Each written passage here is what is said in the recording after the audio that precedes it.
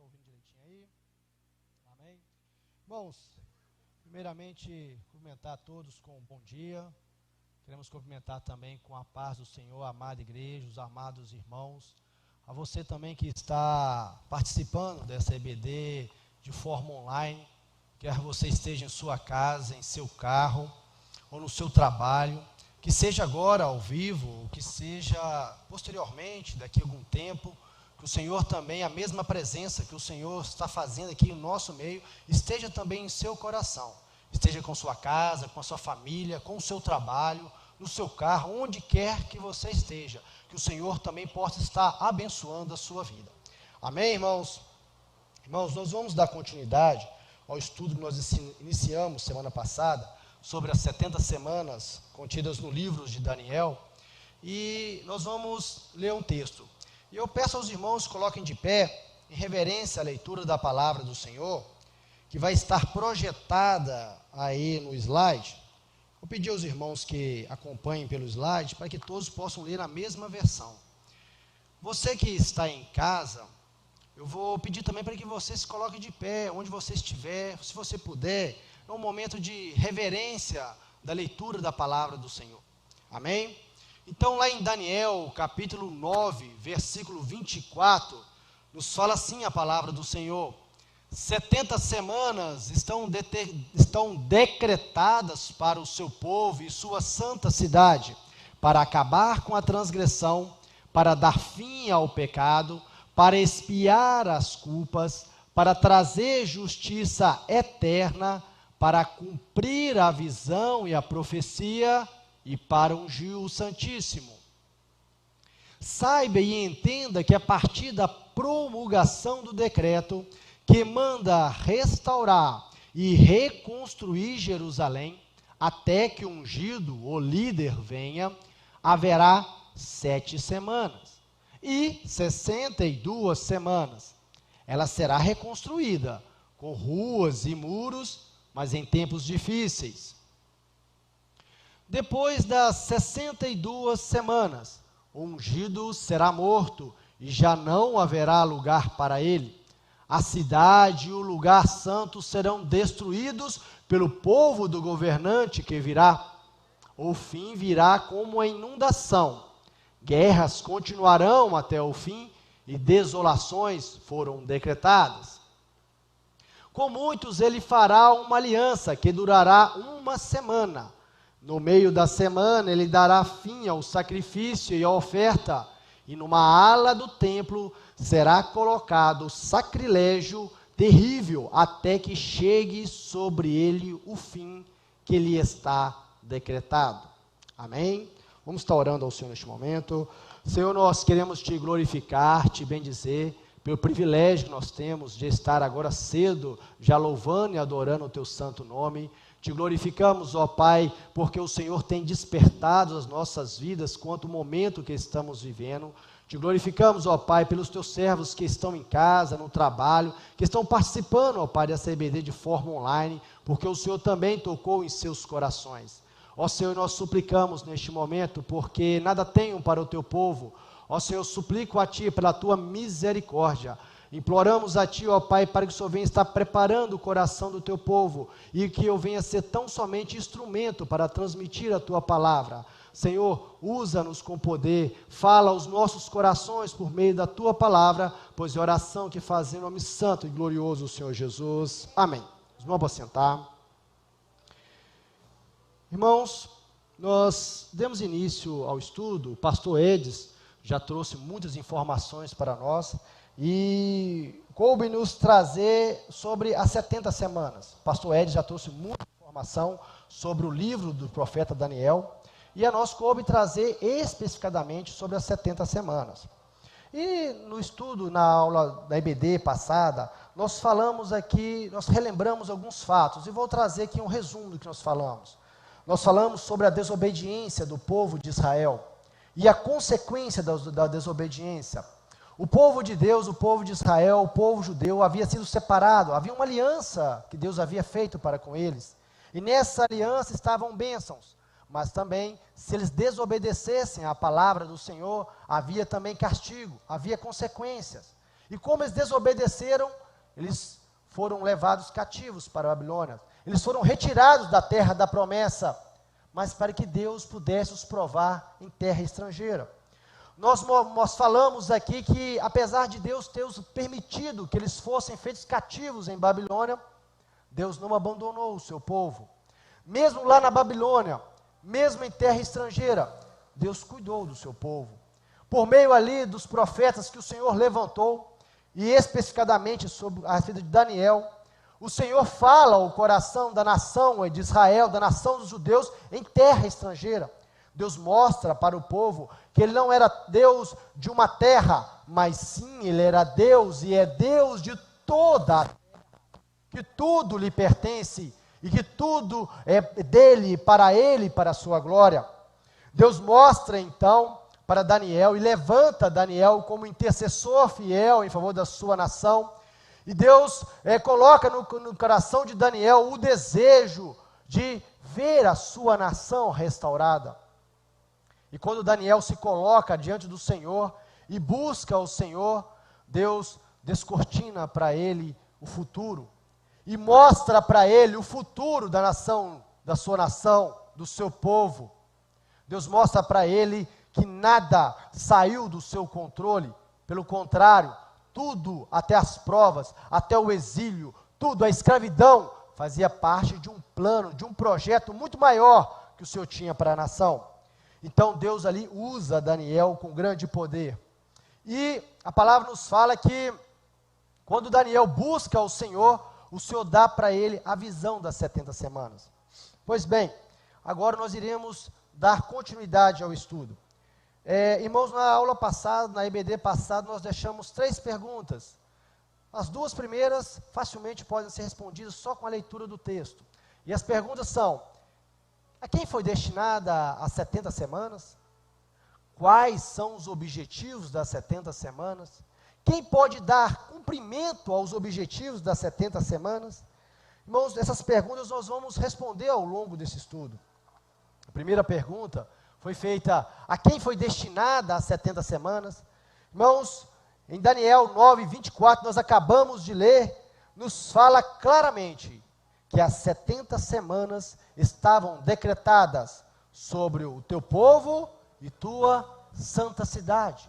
Deus estava falando diretamente com Daniel que esse tempo profético que ele estava determinando sobre a nação era destinado àquele povo, a Israel, aos judeus, a nação eleita.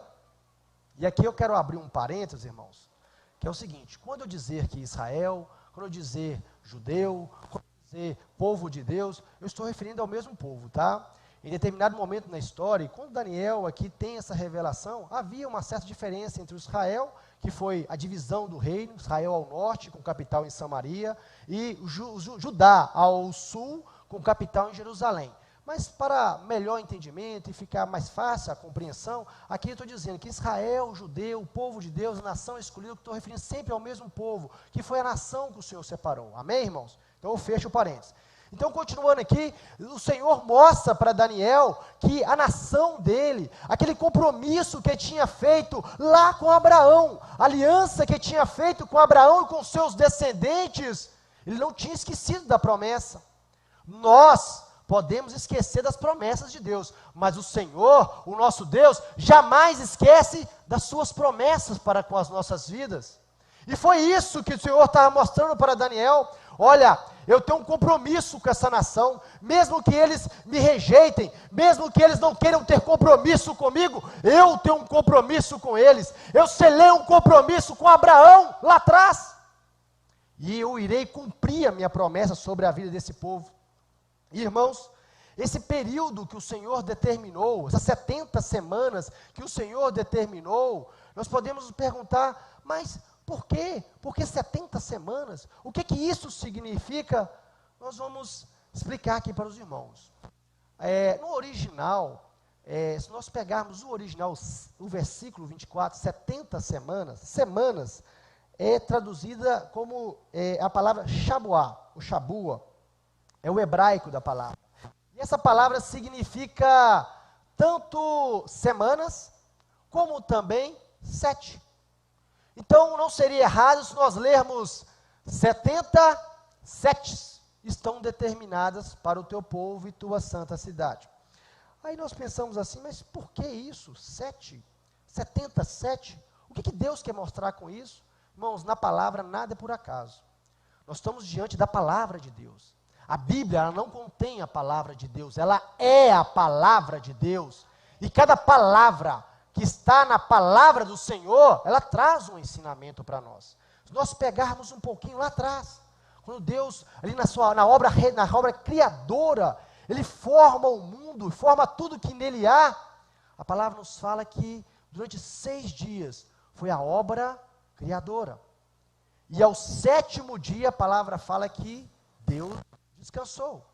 Aí nós podemos pensar assim, quando era criança, na escola, na IBD, a professora falava, Deus descansou o 7º dia. Aí eu pensava comigo, criar o mundo não tem sido fácil não, hein? Criar tudo, e quando eu falo o mundo, irmãos, Deus não criou somente a terra, não. O universo, os planetas em formação, as estrelas em formação, em destruição e em nova constituição, coisas que a ciência de hoje não consegue ver, Deus criou lá atrás, e continua formando, e continua criando. Tudo isso foi uma criação de Deus. Aí eu pensava assim, nossa, deve ter dado muito trabalho, precisa até de Deus descansar. Não, claro que não. Deus é Deus, nosso Deus é onipotente, onisciente, onipresente, Ele é o Deus de toda a terra, Ele é dono de tudo, Ele é poderoso para todas as coisas. Ele não precisava descansar, Ele não se cansa, mas Deus queria deixar um ensinamento para nós. Ele queria deixar para nós um ensinamento de que nós temos que sim trabalhar, nós temos que ter um período em que nós iremos buscar as coisas seculares dessa terra, e isso é louvável, isso também é para a glória de Deus, mas nós não podemos esquecer de ter um tempo também para louvar o nosso Deus, para glorificar o nosso Deus, e isso era mandamento para o povo de Israel. A palavra nos fala que Deus deu como mandamento, olha, durante 6 dias, vocês irão cuidar das suas obrigações seculares, vocês irão lavrar a terra, vocês irão trabalhar, vocês irão correr atrás daquilo que é o sustento dessa terra, mas haverá um dia, na semana, em que vocês irão parar para descansar, um momento que vocês irão olhar para buscar a minha palavra, buscar a minha vontade para vocês, porque nem só de pão vive o homem. Então, nesse momento aqui, Deus queria trazer um ensinamento para nós, que muito mais que guardar um dia, viu, irmãos? Mas sim, em todos os momentos, em todos os nossos afazeres, nós não podemos esquecer que nós nascemos, que nós crescemos, que nós estamos aqui para a glória de nosso Deus, para o louvor e para a honra dEle, que nós servimos a um Deus grande, tremendo, que quer ouvir o louvor da sua criação, que quer ouvir a nossa adoração. E a palavra nos fala que, além do mandamento do 7º dia, tinha também o mandamento do 7º ano. Além de guardar o 7º dia, eles tinham também que a cada 6 anos eles iriam trabalhar, mas ao 7º ano eles dariam descanso para a terra. Tinha esse mandamento. Eles tinham que guardar, a terra iria repousar. Interessante que o primeiro mandamento era para o homem, mas o segundo mandamento de guardar, de 7 anos, era para guardar a terra. E aqui também nos traz um ensinamento, irmãos, de que a obra criadora, a terra, os animais, tudo que foi criado por Deus, é para a sua glória. E o Salmo 148 fala disso. Fala que todas as criaturas terrenas, todas as criaturas celestiais, todas as criaturas marinhas, os monstros marinhos, tudo foi criado para a glória de Deus. Então, irmãos, e aqui já deixa também outro ensino para nós. A terra e tudo que há nela, Deus nos deu o domínio, nos deu o governo da terra. Mas isso não significa que a terra está aí para a nossa glória. Não, a terra não está aí para a nossa glória. A terra está aí para a glória de Deus. Então cabe a nós, como servos do Senhor, também termos o quê? Cuidado com a criação. Com a criação que está aí. Deus nos deu o domínio para que a terra pudesse suprir as nossas necessidades. As nossas necessidades são supríveis, diferente da nossa ganância. A nossa ganância, nada supre a ganância do homem. Então, quando o homem destrói a natureza, destrói a obra criadora por ganância, há também um juízo de Deus sobre a face do homem. E é por isso que nós vemos alguns acontecimentos. Por isso que às vezes nós vemos água contaminada, lugares onde as pessoas não têm nem sequer água para beber. Isso aqui não é nenhum ativismo não, viu, irmãos? Isso aqui é palavra, certo? Nós temos que cuidar da obra criadora, porque o Senhor nos deu o governo da obra criadora. Mas tudo que está na terra é para a glória dEle, para o louvor de sua glória. Irmãos, além dos 7 anos, que no 7º ano a terra repousaria, nós temos também os 7 vezes 7 anos, que ao final de 49 anos, nós tínhamos o ano do grande jubileu. O que era isso? Era aquele momento, e aquele irmão de Israel, o irmão ali, que por algum motivo se endividou, que por um momento teve que entregar a sua possessão, a sua terra, para pagamento de uma dívida, era um momento que a sua dívida era perdoada. Deus queria instituir ali para o povo, que o povo deveria viver sim, para suprir as suas necessidades, mas não para suprir a sua ganância. E nos últimos anos do reinado de Jerusalém, nós vemos que a palavra nos fala que cada vez mais haviam pessoas que oprimiam o pobre, que não cumpriam esse mandamento. O povo ficou naquela terra 490 anos e não cumpriu os mandamentos do Senhor. Mas, irmãos, a palavra do Senhor, ela jamais passa, quer nós queira ou não. Então, quando o povo não quis cumprir a palavra, o Senhor falou: eu vou cumprir o meu mandamento. Vocês não querem dar descanso para a terra como eu mandei? Então vocês vão ficar exilados 70 anos na Babilônia. 70 anos era a somatória do tempo de 490 anos que o povo não havia dado descanso para a terra. Por isso que o povo ficou cativo 70 anos, para que a terra tivesse o seu descanso. Por mais que eu não queira, por mais que o irmão não queira, o mandamento do Senhor é cumprido, mesmo que seja por meio de castigo às nossas vidas. Deus cumpriu o seu mandamento. E por isso, irmãos, eu trouxe essa questão histórica para mostrar para os irmãos que esse período tinha uma relação lá atrás. Se nós formos pegar 70 vezes 7, vai ser, em anos, vão ser 490. Deus queria dar outros 490 anos para o povo, para que o povo pudesse se consertar, para que o povo pudesse cumprir os mandamentos do Senhor.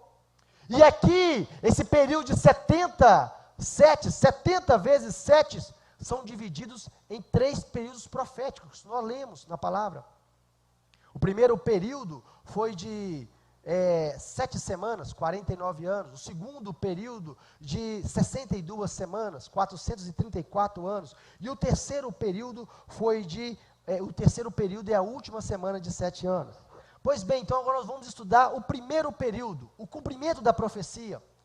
A palavra nos fala que, a partir da promulgação do decreto que manda restaurar e reconstruir Jerusalém, haverá 7 semanas. Ela será reconstruída com muros, com ruas e muros, mas em tempos difíceis. A palavra nos fala que o Senhor levanta Ciro, para que por meio de Ciro fosse autorizado que o povo retornasse para a terra. Mas isso ocorreu em 536 aproximadamente antes de Cristo. Mas a profecia tinha início quando a cidade fosse reconstruída. Então, cerca de aproximadamente 100 anos depois que alguns cativos retornam para a terra, o Senhor então levanta Neemias. E Neemias um dia estava diante do rei Artaxerxes, e ele estava ali com o coração triste, porque ele havia recebido a notícia de como estava Jerusalém, como estava a terra da promessa, abandonada, queimada a fogo, e ele então se coloca diante do Senhor em súplicas, em oração, e Deus usa a vida dele para que fosse tocada no coração de Artaxerxes. E 445 anos antes de Cristo, Artaxerxes permite que Neemias retorne à terra para a reconstrução da cidade, dando início ao primeiro período das 70 semanas. E aqui para nós também deixa um ensino. Quando Deus manda, até o adversário obedece. Quando Deus ordena, não há ninguém que possa conter a ordem de Deus. Deus mandou que era para reconstruir aquela cidade, pois iria dar início ao cumprimento da profecia. Artaxerxes, que não era um servo do Senhor, mas ele foi tocado pelo Senhor e permitiu que Neemias retornasse à terra. E está projetado aí um versículo que nós iremos ler, Neemias 2, de 7 a 9, confirmando o que eu estou falando para os irmãos. E ainda disse ao rei: se ao rei parece bem, dê-me cartas para os governadores da além do Eufrates, para que me permitam passar e entrar em Judá, como também carta para Asaf, guarda das matas do rei, para que me deem madeira para as vigas das portas da cidadela, do templo, para os muros da cidade, e para a casa em que deverei alojar-me. E o rei mas deu, porque a boa mão do meu Deus era comigo. Então fui aos governadores da além do Eufrates, e lhes entreguei as cartas do rei. Ora, o rei tinha enviado comigo oficiais do exército e cavaleiros. Quando Deus manda, até o adversário cumpre, e cumpre à risca o que Deus manda. Então Neemias é levantado ali naquele período, para então dar início ao cumprimento do primeiro período. Mas irmãos, o adversário não fica feliz quando vê que a profecia começa a se iniciar. Porque quando ele vê que a profecia começa a ter início a profecia, ele vê que o seu tempo já está sendo contado, que o seu tempo já está sendo, chegando próximo ao fim. E a palavra lá em Neemias 2,10 fala assim, e disto ficaram sabendo Sambalate, o Horonita, e Tobias, o servo amonita, e muito lhes desagradou que alguém viesse a procurar o bem dos filhos de Israel. Irmãos, o adversário não quer o bem dos filhos de Deus. O adversário não quer ver o nosso bem. Por isso, por diversas vezes, ele lança investidas. Ali, no caso ali, ele enviava mensageiros para enviar ali palavras mentirosas para Neemias, para ver se o povo desanimava da obra. Não é diferente hoje. O adversário constantemente usa vidas, usa ímpios, e às vezes usa até mesmo para trazer palavras que muitas vezes nos traz desânimo. Mas irmãos, nós temos que ter a tranquilidade que o Deus que fez a promessa, Ele é poderoso para cumprir a promessa em nossas vidas. Por isso nós podemos crer que a obra será levantada, que a obra será edificada, que vidas serão salvas, e que em breve estaremos com o Senhor na eternidade. O segundo versículo, em Neemias 4,3, fala assim: estava com ele Tobias, o amonita, e disse: ainda que edifiquem, vindo uma raposa, derribará o seu muro de pedra. Irmãos, esse versículo aqui nos traz uma tática do adversário, nos traz um modo operandi do adversário. E aproveitando aqui as mensagens que o nosso pastor Edson já trouxe, já 2 domingos já, a raposa, irmãos, era impossível uma raposa derrubar um muro. Segundo os arqueólogos, estudiosos, e a irmã Selma está aqui que não me deixa mentir, se eu estiver mentindo pode me corrigir, nos fala que a largura dos muros de Jerusalém seria possível 2 carruagens passar pelo muro, de tão largo que eram os muros. Mas os muros precisavam das portas. E na hora de assentar as portas, os construtores tinham que ter o cuidado para que não ficassem nenhumas frestas. Porque pelas frestas poderia entrar alguma coisa má. No caso, a raposinha. E a raposinha entrava pelas frestas e ia lá na cidade e roubava o quê? O alimento do povo. Consequentemente, o povo precisaria sair da cidade para buscar o alimento. Onde o adversário ia, invadia a cidade. Então, irmãos, aqui deixa um ensinamento para a igreja de hoje, para as nossas vidas. Muitas vezes nós buscamos ao Senhor, o Espírito Santo do Senhor, o sangue de Jesus é passado sobre as nossas vidas, nós estamos protegidos pelo muro. Mas às vezes aquele pecadinho, diz de passagem que na palavra não tem pecadinho nem pecadão, mas aquilo que aos olhos do homem, a nossa razão, consideramos um pecadinho, um olhar malicioso, uma língua maldosa, um comentário feito de forma desnecessária, permite que a raposa entre, que o adversário entre, e ali é uma brecha para que o adversário derrube o muro de proteção de nossas vidas, derrube o muro de proteção construído em volta da nossa casa, em volta do nosso lar, quiçá em volta da igreja. Às vezes traz uma dificuldade para a igreja. Então, irmãos, aqui nos traz um ensinamento, devemos tomar cuidado com as raposinhas, tomar cuidado com o pecadinho, que aquilo que aos nossos olhos parece pecadinho, o muro está sendo construído, as portas estão sendo assentadas, mas tudo tem que ser tampado, tudo tem que estar ali fechado, selado pelo sangue do Cordeiro, para que o adversário não possa entrar, para que aqui, nas nossas vidas, o adversário não venha fazer estrago nenhum, na nossa casa, na nossa igreja. Devemos estar em vigilância. E o próximo versículo que nós iremos ler, diz isso. E a cada um dos construtores trazia na cintura uma espada enquanto trabalhava, e comigo ficava um homem pronto para tocar a trombeta. Irmãos, ali naquele tempo, nós temos que lembrar que não tinha máquinas, tecnologia, energia elétrica, não. Ali era carregado pedra no lombo mesmo.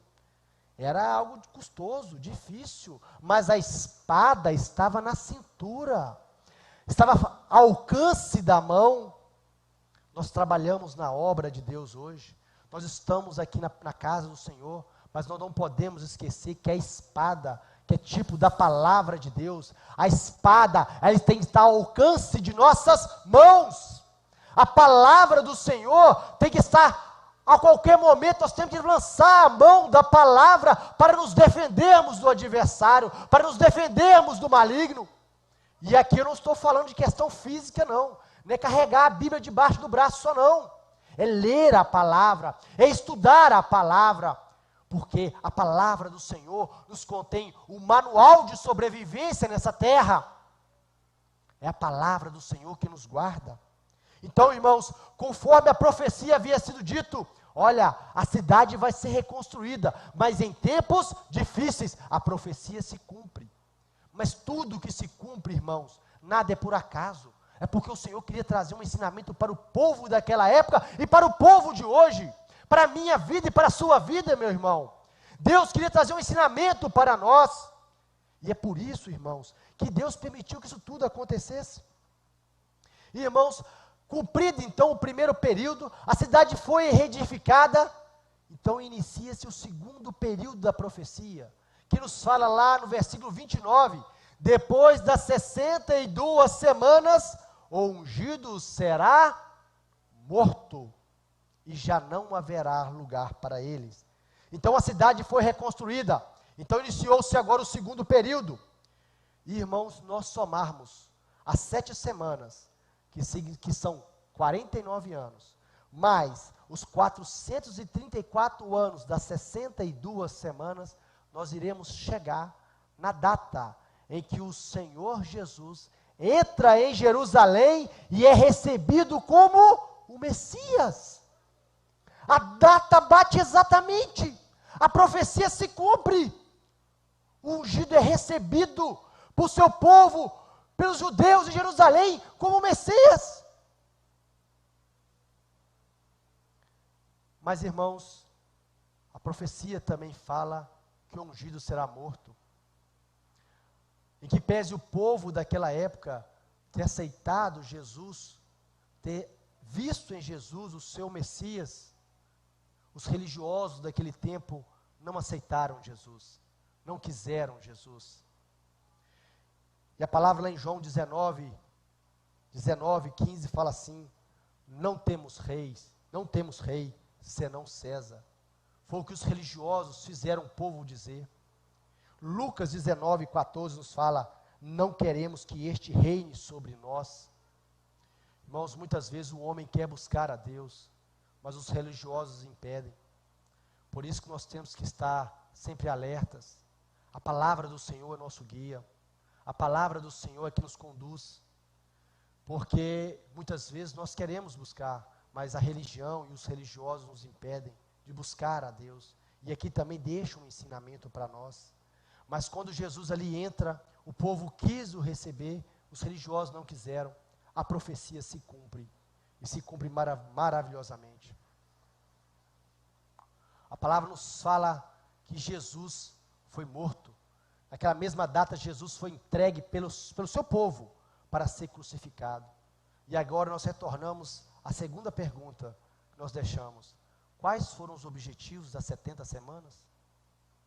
Os objetivos estão lá no versículo 24, quando fala que os objetivos eram para fazer cessar a transgressão, dar fim aos pecados, expiar as iniquidades, trazer a justiça eterna, selar a visão e a profecia e ungir o Santíssimo.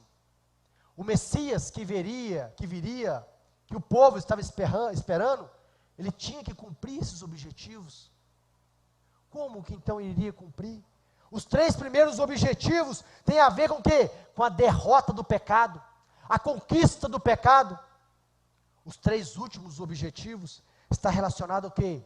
Ao justo governo do Messias.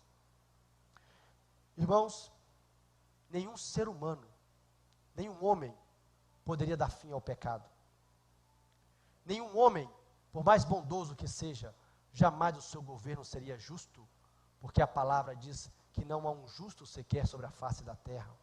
Mas o profeta Isaías, em torno de 150 anos antes, aproximadamente, de Daniel ter essa visão, de Daniel ter ali o descortinado futuro de sua nação, Deus mostra para o profeta Isaías quem seria esse Messias.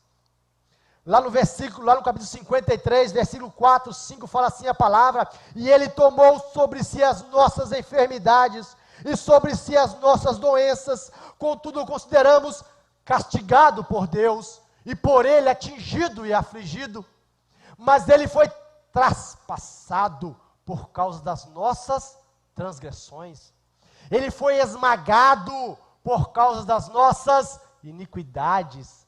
O castigo que nos trouxe a paz estava sobre ele, e pelas suas feridas fomos curados. Irmãos, nenhum ser humano, nenhum homem poderia cumprir esses objetivos. Nenhum homem poderia, porque todos nós somos pecadores. Mas houve um homem que veio sobre a face da terra, e ele veio em santidade, e permaneceu em santidade.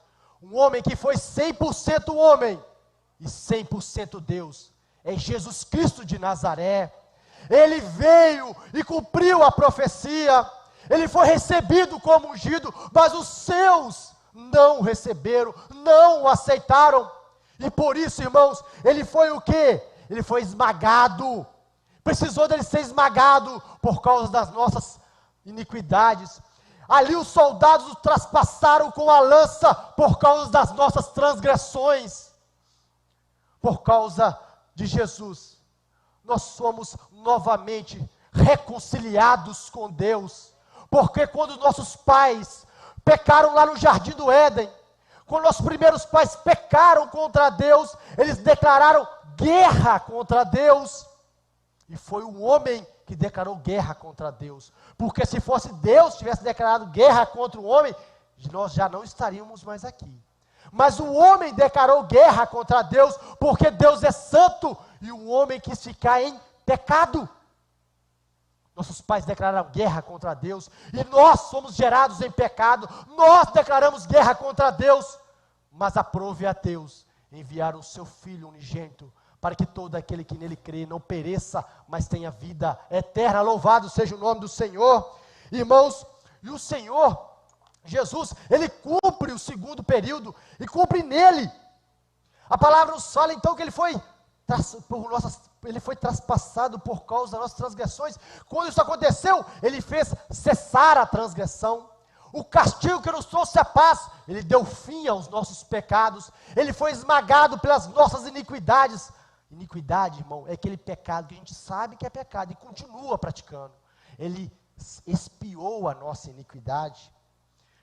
Os irmãos podem pensar assim, mas como? O mundo continua em pecado? O povo aí, cada dia que passa, está de mal a pior. É verdade. Mas nós temos uma senha. O remanescente fiel do Senhor, a igreja fiel do Senhor, ela tem uma senha. E essa senha está em João 3,16. Porque Deus amou o mundo de tal maneira que deu seu Filho unigênito para que todo aquele que nele crê não pereça, mas tenha vida eterna.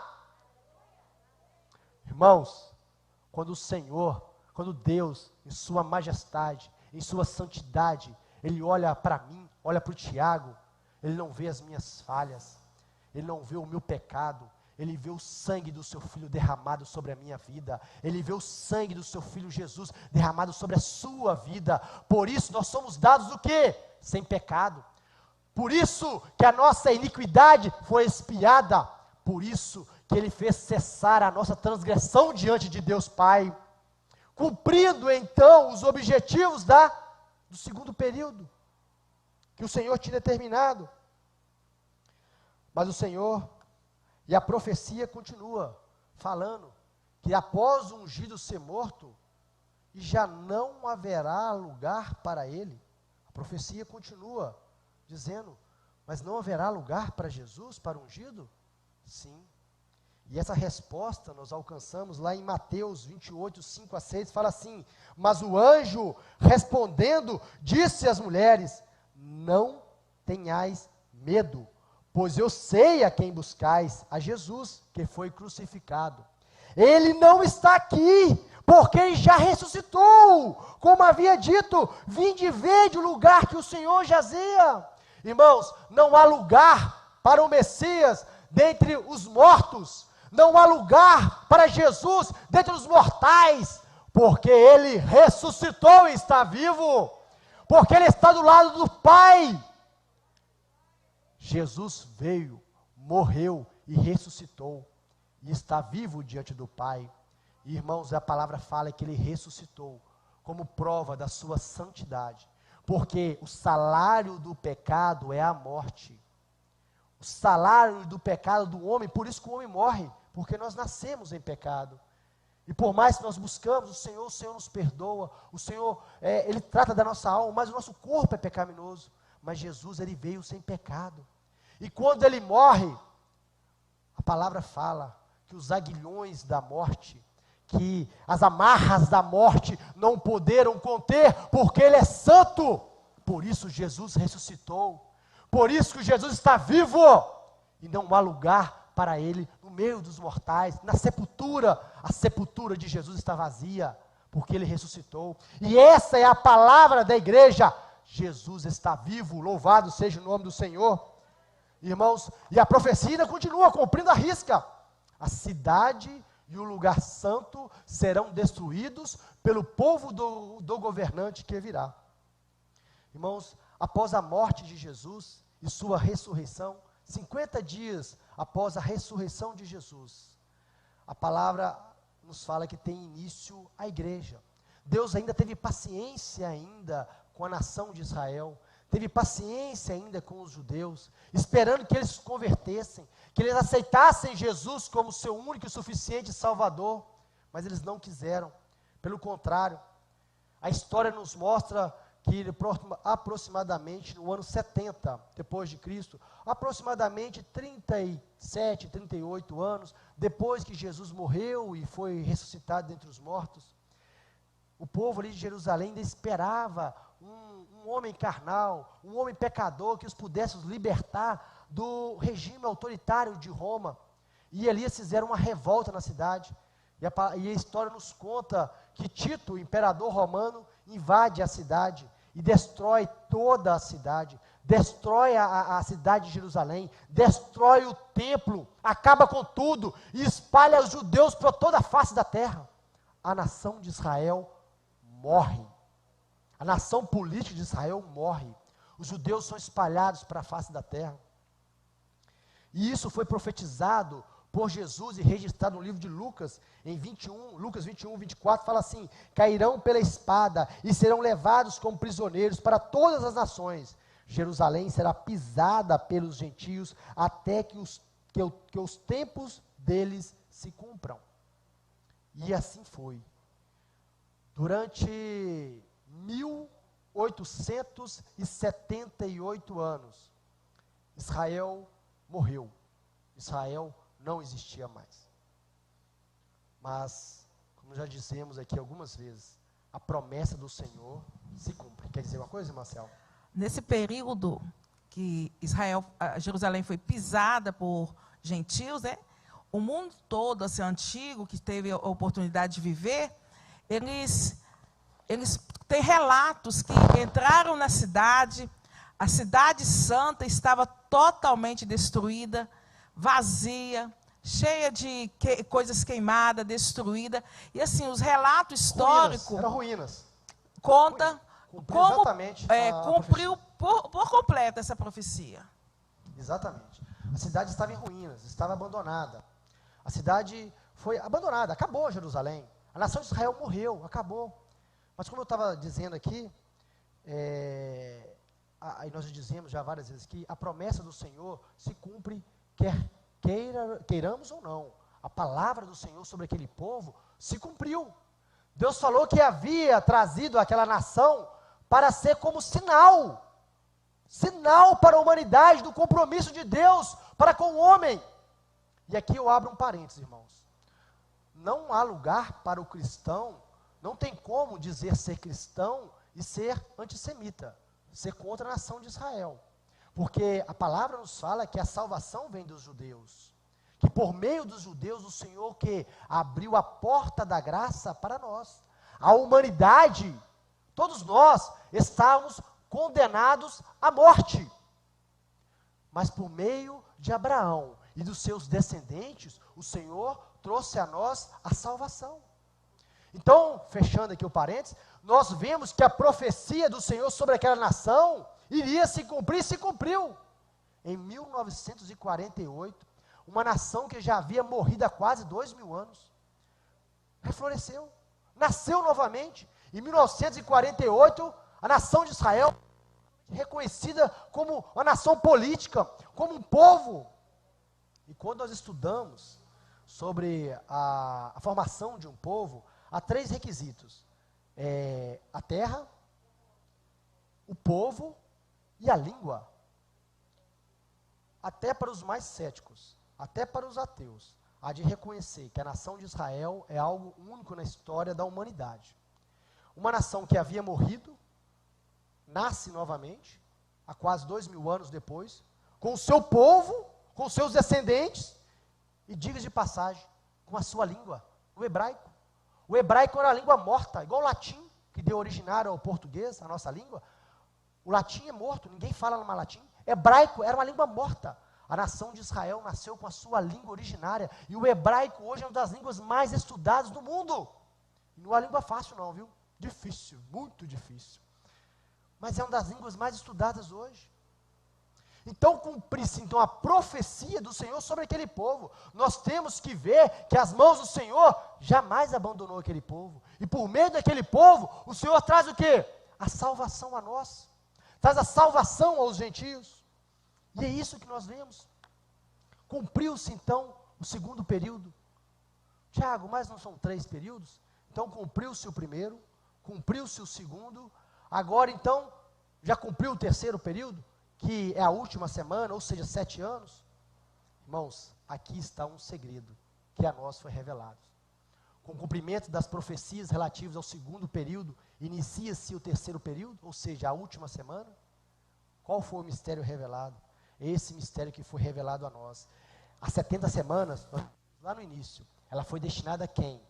Ao povo de Israel, ao povo judeu, aos descendentes de Abraão. Mas aqui, Deus, pela sua infinita misericórdia, Ele dá uma pausa no relógio que Ele trata com a nação de Israel e abre-se o mistério para nós. A igreja do Senhor é esse mistério revelado. Nós estamos vivendo hoje, irmãos, a partir do momento que Jesus morre, ressuscita, 50 dias depois, tem o Pentecostes, nasce então a igreja do Senhor. Nós vivemos hoje, irmãos, uma abertura no plano profético de Deus. Nós vivemos o ano aceitável, já profetizados em Isaías, registrado em Lucas. Lá em Mateus 24, 14, fala assim: este é o evangelho do reino, será pregado em todo o mundo como testemunha a todas as nações, e então virá o fim. Nós, irmão, pode dar glória a Deus, porque nós vivemos esse mistério. A nós foi revelado o que em outros tempos não foi mostrado. A nós chegou a graça do Senhor. Nós não merecíamos, eu não merecia, o irmão não merecia, mas a palavra nos fala que antes da fundação do mundo, Ele nos escolheu, pela sua infinita graça, pela sua infinita misericórdia. Nós vivemos hoje o ano aceitável, é o momento em que há uma comunhão entre judeus e gentios, mediante a morte de Jesus, mediante a salvação de Jesus.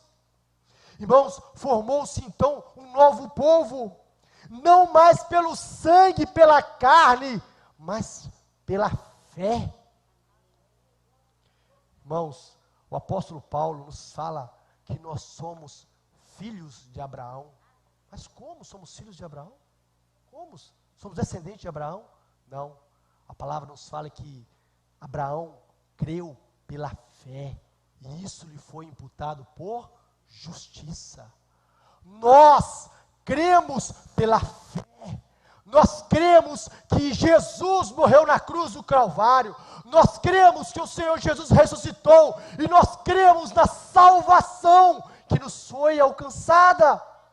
Por isso nós somos filhos de Abraão pela fé. Pela fé em Jesus Cristo, que formou-se então esse novo povo. Nós vivemos a era da igreja do Senhor. E o apóstolo Paulo diz isso em diversas ocasiões, diversas epístolas, ele cita esse mistério revelado. É o período em que há um convite geral e irrestrito a todos aqueles que crerem que o Senhor Jesus é Deus, que o Senhor Jesus morreu na cruz do Calvário. Ele nos fez também merecedores de recebermos a salvação eterna. E o apóstolo Paulo nos fala isso lá em Colossenses 1, 25 a 27, dela me tornei ministro, com a responsabilidade. Nós temos a responsabilidade de anunciar o ano aceitável do Senhor. É nossa responsabilidade por Deus, a mim atribuída, de apresentar-lhes plenamente a palavra de Deus, o mistério que esteve oculto durante épocas e gerações, mas que agora foi manifestado aos seus santos.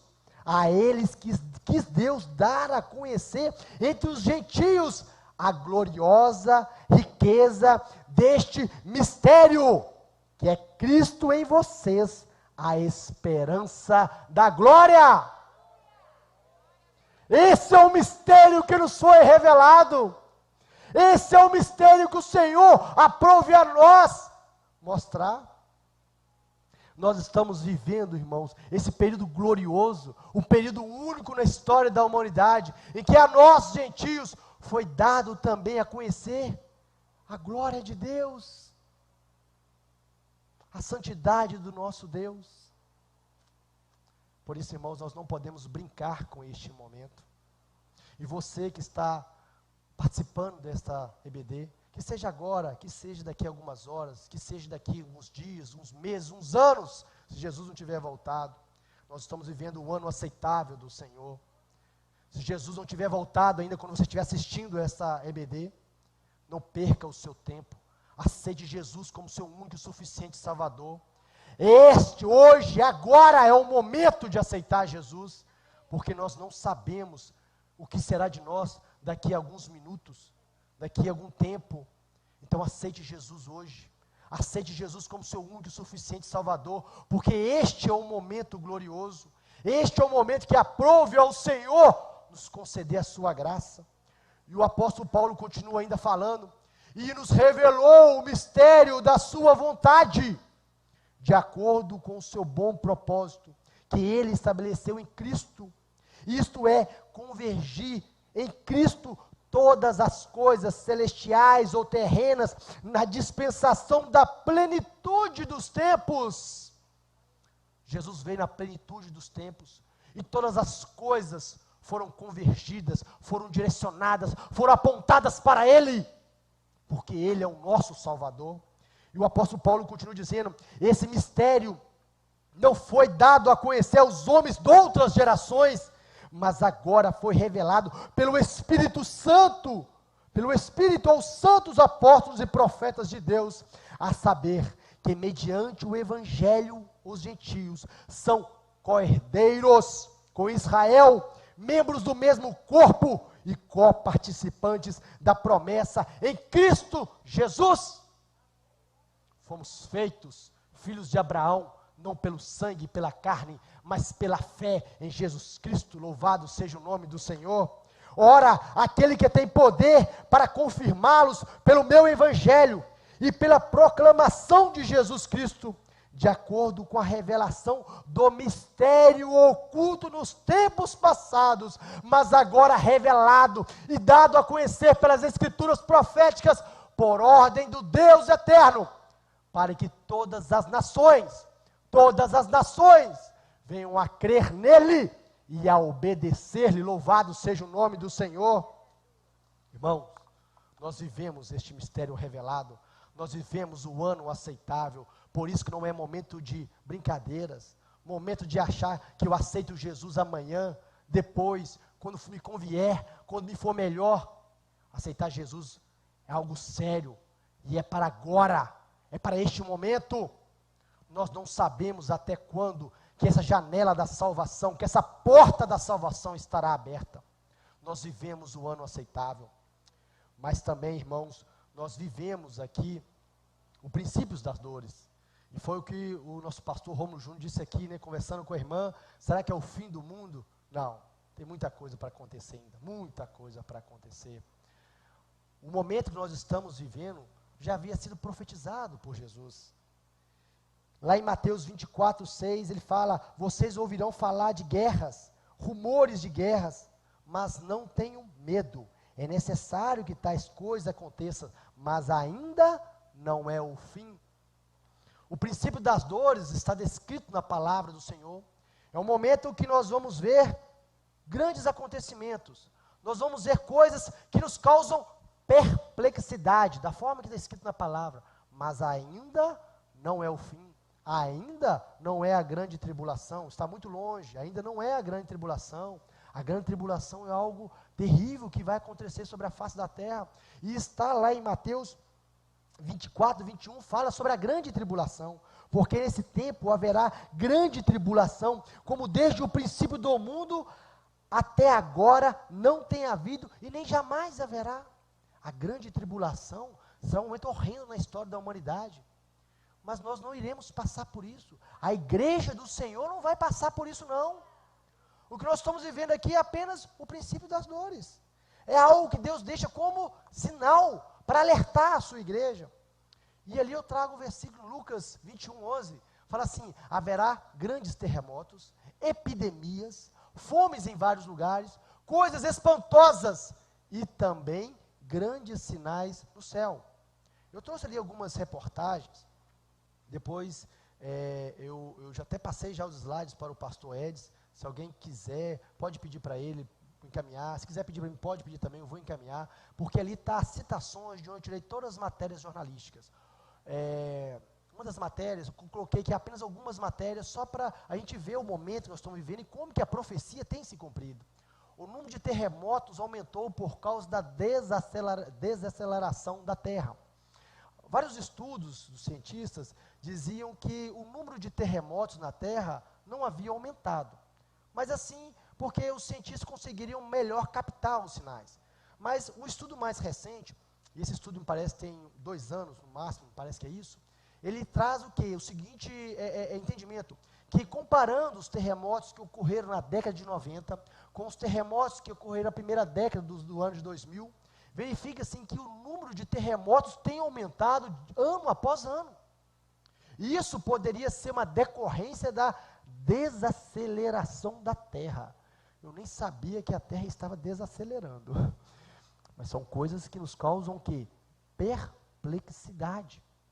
A outra matéria fala assim, ó, apesar de estarmos num mundo com muito alimento disponível, segundo o relatório da ONU de 2019, a fome tem aumentado.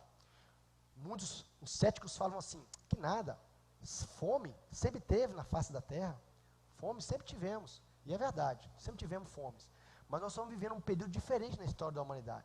Nós vivemos um período hoje na história da humanidade, que o alimento produzido pela humanidade, por nós, é capaz de suprir a fome de toda a humanidade, mas por causa do egoísmo de alguns, muitos passam fome. Então essa era a fome profetizada, um mundo que poderia sim produzir alimento para toda a humanidade, mas alguns têm muito, alguns poucos têm muito, e outros muitos não têm nada, por isso que passa fome, mostrando que o egoísmo do nosso coração, a maldade do coração do homem. Pestes mataram aproximadamente 2 bilhões de pessoas só nos últimos 300 anos, e nessa matéria aí, se não me engano é de 2018 a 2019, não está incluída a atual pandemia que nós estamos vivendo. Então, se nós vemos que são sinais, princípios das dores, o momento que nós estamos vivendo está apontando para as profecias do Senhor. Jesus está às portas. Chegará o momento que a igreja vai ser arrancada, uma palavra nos fala, arrebatada, que significa arrancada deste mundo. Nós seremos arrancados deste mundo, né, irmão Odete? Porque nós não pertencemos a este mundo, nós não somos deste mundo, nós somos nosso Deus, nosso Criador, nosso Salvador. Louvado seja o nome do Senhor, não é, meus irmãos? Glória ao nome do Senhor. Nós louvamos e engrandecemos a esse Deus, porque nós pertencemos a Ele. Outra matéria diz assim, há dezenas de guerras e rumores de guerras e conflitos na atualidade, isso nós vemos todos os dias no noticiário.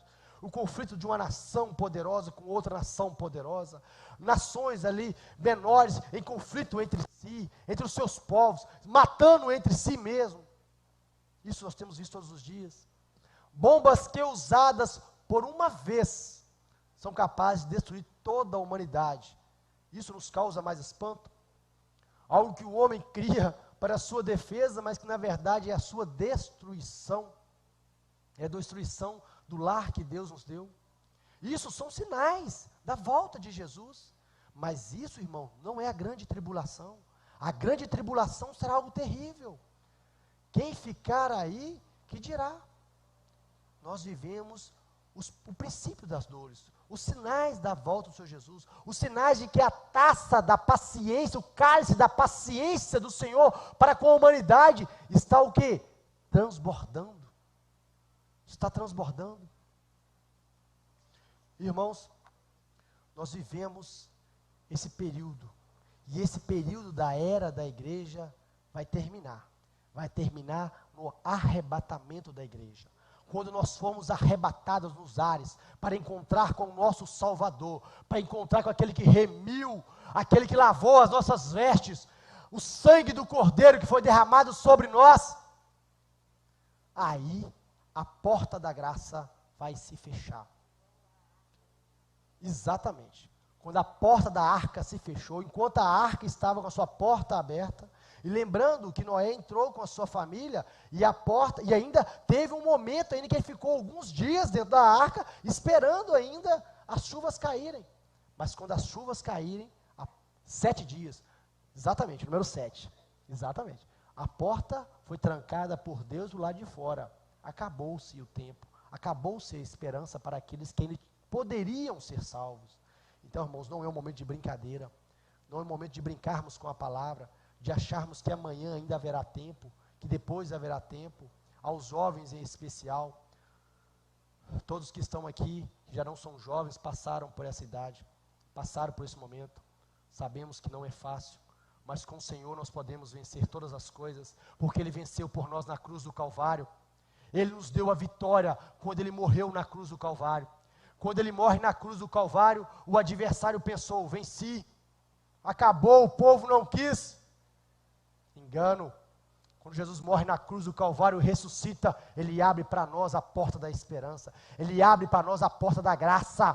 A nós foi alcançada a gloriosa salvação. Por isso nós não podemos brincar nesse momento. É um momento que nós temos que ficar alertas, vigilantes, para que possamos ser arrebatados nos ares, a nós e a nossa família. Louvado seja o nome do Senhor. Irmãos, a palavra nos fala que depois do arrebatamento da igreja, haverá um momento de grande tribulação. Eu não vou adentrar nesse assunto, porque o nosso pastor Edson vai trazer sobre o arrebatamento em outra aula. Mas vamos ler só um versículo aqui do que o apóstolo Paulo deixou sobre esse momento. Está lá registrado em 2 Tessalonicenses, capítulo 2, versículo de 7 a 12.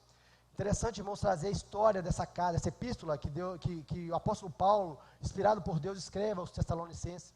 Eles pensaram por um momento que que a igreja tinha sido arrebatada, e que eles estavam vivendo o momento das dores, o momento da grande tribulação, e o apóstolo Paulo fala: calma, ainda não é o momento, tem coisa para acontecer ainda. E essa parte, o apóstolo Paulo fala, inspirado pelo Espírito Santo: a verdade é que o mistério da iniquidade já está em ação, restando que apenas seja afastado aquele que agora o detém. O mistério do pecado, o ministério da iniquidade, do pecado já está em ação. O adversário, a palavra nos fala que esse mundo jaz do maligno, mas por amor a nossas vidas, por amor à igreja, a um que detém a ação do adversário, e esse é o Espírito Santo, o Consolador. Ele tem cuidado da igreja, ele tem preservado as nossas vidas, por isso que a ação de Satanás está contida ainda. E continua falando: então, após o arrebatamento, será revelado o perverso, a quem o Senhor Jesus matará com o sopro de sua boca e destruirá pela manifestação de sua vinda. Vai ser quando nós, juntamente com Jesus, retornarmos à terra para pelejarmos pelos seus santos. A vinda desse perverso é segundo a ação de Satanás, com todo o poder, com sinais e com maravilhas enganadoras. Ele fará uso de todas as formas de engano e da injustiça para os que estão perecendo. Portanto, rejeitaram o amor à verdade, que poderia salvar. Por essa razão, Deus lhes envia um poder sedutor, a fim de que creiam na mentira e sejam condenados todos que não creram na verdade, mas tiveram prazer na injustiça. Isso vai acontecer após o arrebatamento. Hoje nós podemos crer na verdade, hoje nos é aberta a porta da graça, mas para aqueles que ficarem, eles vão ser reinados pelo quê? Pelo pai da mentira, pelo enganador. Por isso que nós temos que estar alerta, e alerta com a nossa família, com aquele que nós amamos, sobre o momento em que estamos vivendo. Irmãos, chegando já ao final desse momento aqui de estudo, eu trouxe aí um slide, irmãos, que traz aí um resumo do que nós falamos aqui. Aqui nós vamos ver o que? O decreto, olha lá, ó, o primeiro período, que foi sobre a reconstrução da cidade de Jerusalém. O segundo período vai até a morte do Messias. E então aqui nós vivemos hoje o que? O parêntese, a igreja do Senhor, o momento que nos é aberta a porta da graça. Mas quando essa porta se fechar, vai se iniciar o que então? O momento da grande tribulação.